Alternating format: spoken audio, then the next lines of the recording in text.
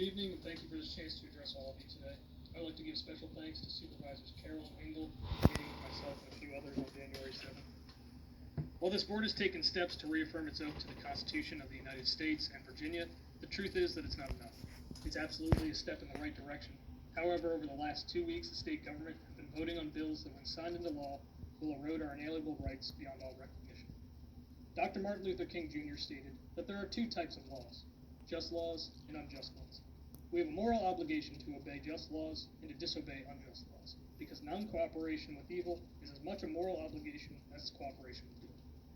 When one breaks a law that conscience tells him is unjust, he must do it openly, he must do it cheerfully, lovingly, civilly, and with a willingness to accept the penalty.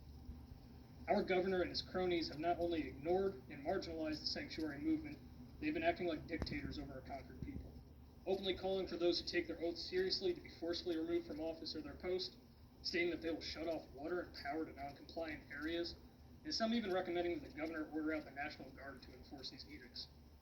House Bill 1627 is reminiscent of the Administration of Justice Act, better known as one of the Intolerable Acts. This is in direct contrast to the Sixth Amendment of the Bill of Rights, and the First. If you haven't read this constitutionally offensive bill, I strongly suggest you do. Furthermore, we are told time and again by people like Mike Stop and Frisk All the Minorities in New York City Bloomberg that only the police should be armed and decide when a situation should call for deadly force. While I have a lot of respect for Colonel Katz, Sheriff Leonard, and the men and women who serve under them, we all know that under the law they have no obligation to protect us. This is held true in Warren v. District of Columbia 1981, DeShaney v. Winnebago 1989, Castle Rock v. Gonzalez 2005, and was recently upheld by U.S. District Judge Beth Bloom following the Marjorie Stoneman Douglas shooting.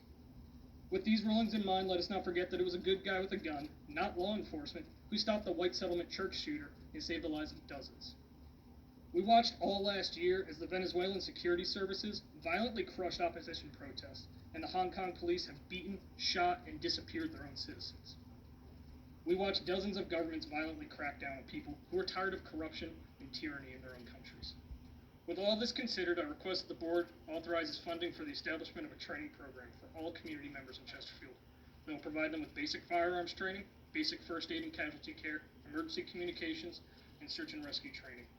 I also request that this board establish a public shooting range for use by members of the community where these crucial skills can be taught and practiced.